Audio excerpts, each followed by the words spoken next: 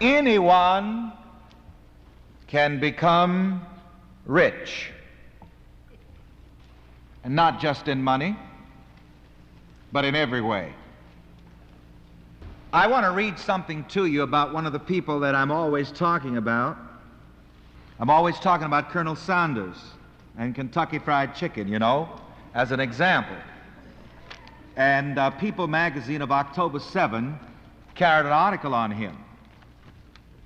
And from this article, it sort of proves to me that anyone can become rich, regardless of how old you are, because Colonel Sanders is 84 years old now, regardless of your education, regardless of how much or how little you may have.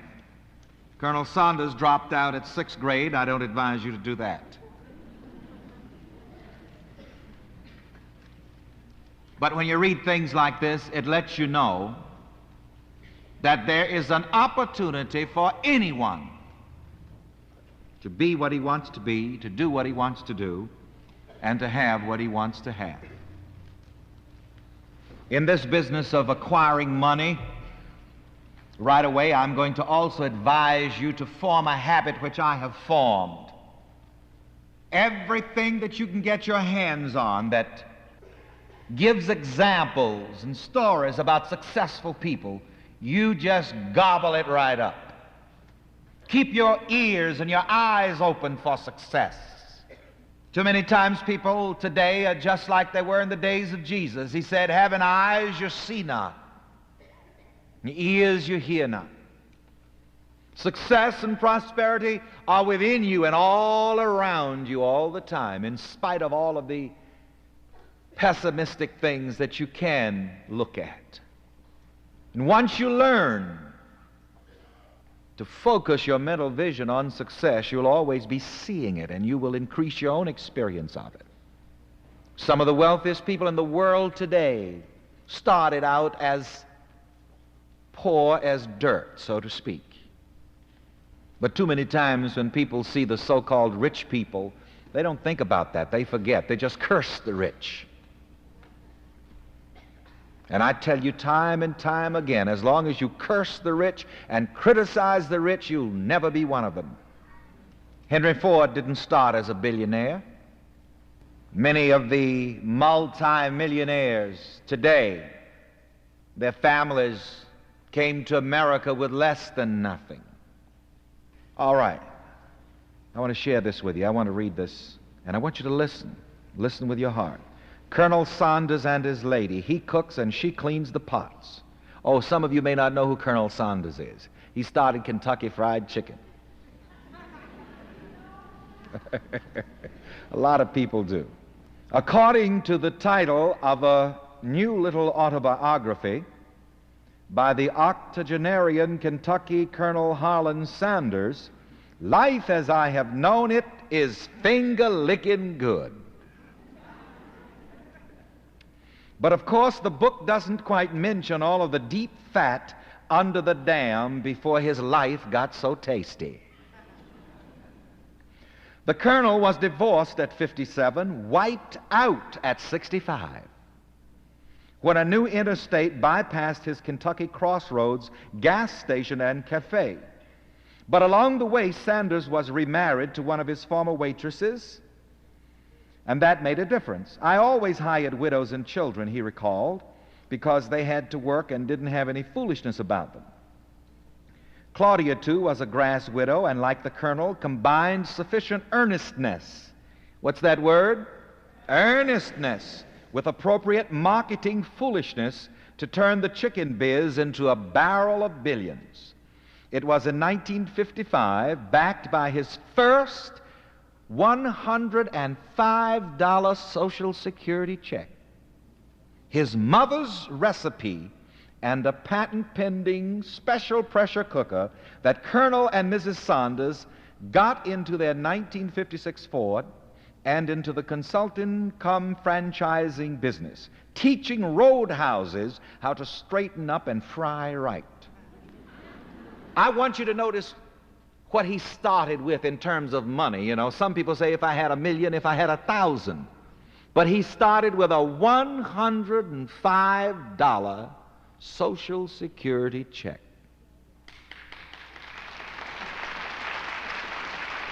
You see, people always count themselves out and always talk about, well, if I had, if I was. You know, everybody has something to start with.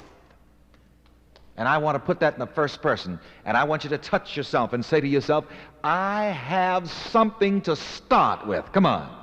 I have something to start with. I have something to build upon.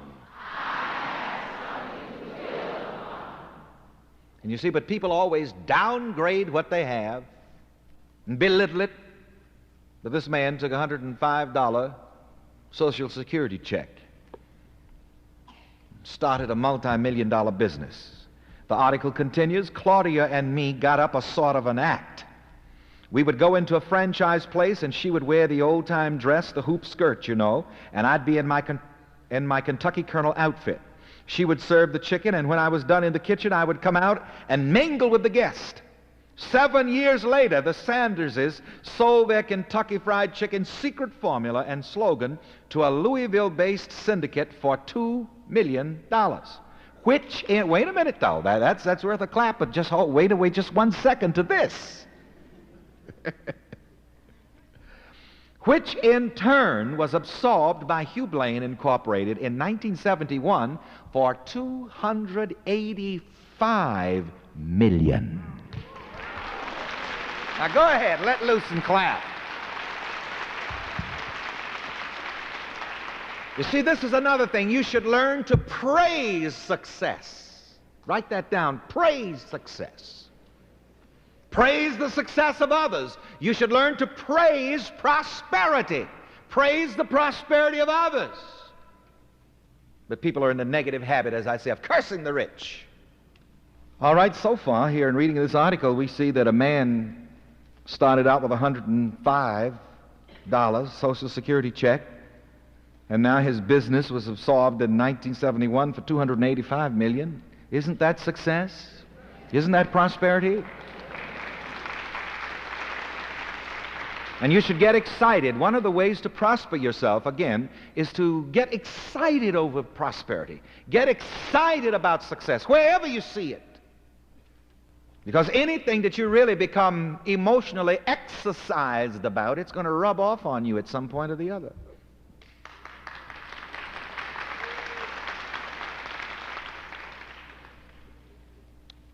The Colonel still continued to do TV spots and serve as goodwill ambassador for the chain, earning up to $250,000 a year. You see, even after he sold the thing, he still made money.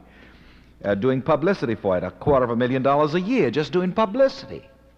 How about that? At 80-some years of age. Now, what have you other 90-year-old folks around here going to do? But to Saunders, the deal was a no-buyout annuity. At 84, he still travels 250,000 miles a year on behalf of the worldwide $5,300 outlet empire. You see how many chicken houses they have now? 5,300.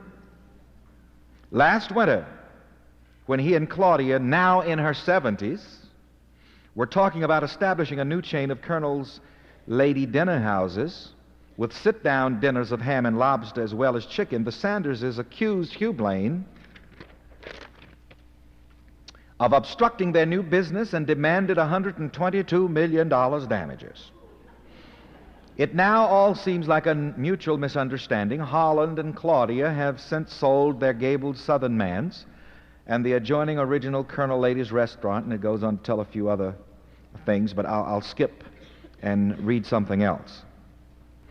Holland Sanders was a 6th grade dropout who took a correspondence course in law and claims to have been over the years a volunteer in Teddy Roosevelt's Rough Riders, a midwife, and a railroad man.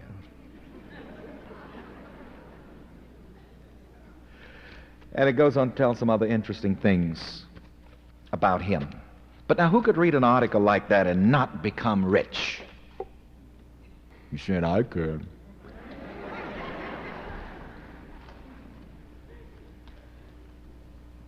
Now, what are you going to do?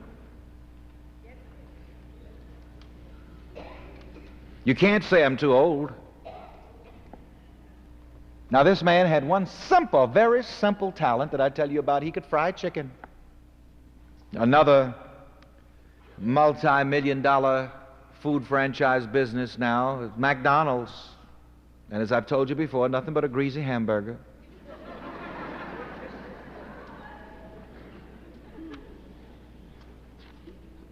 The simplest ideas. A hamburger, a chicken. Some of you can fry chicken all over, Colonel Saunders. Why ain't you rich?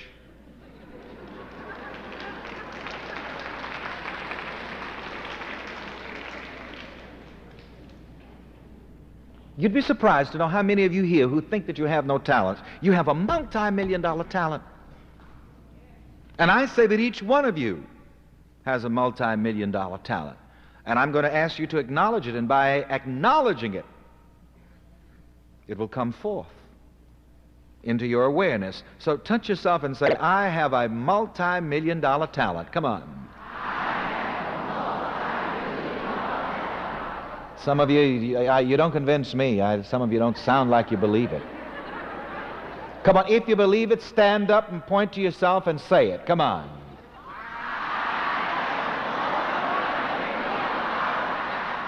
You still don't sound convincing to me.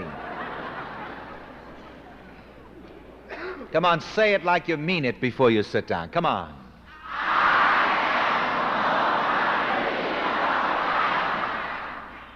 Okay.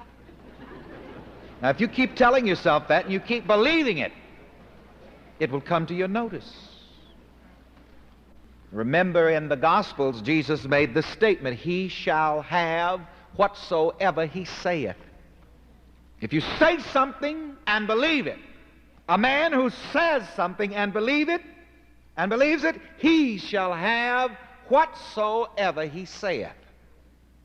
And that's exactly what you've got anyway. You have exactly what you say. You've said, I'm poor, and that's what you are. You have said, I can't hold any money, and that's exactly the way it is. You have said, money just slips away from me, and that's exactly the way it is. He shall have whatsoever he saith.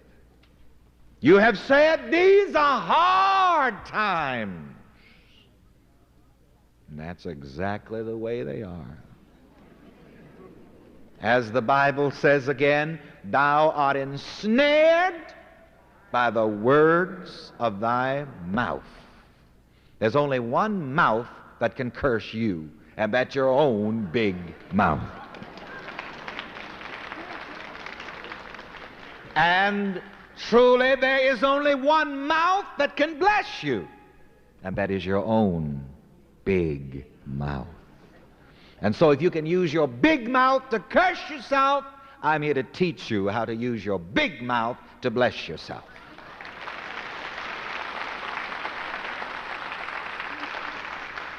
If you can use your mouth to impoverish yourself, you can use your mouth to enrich yourself.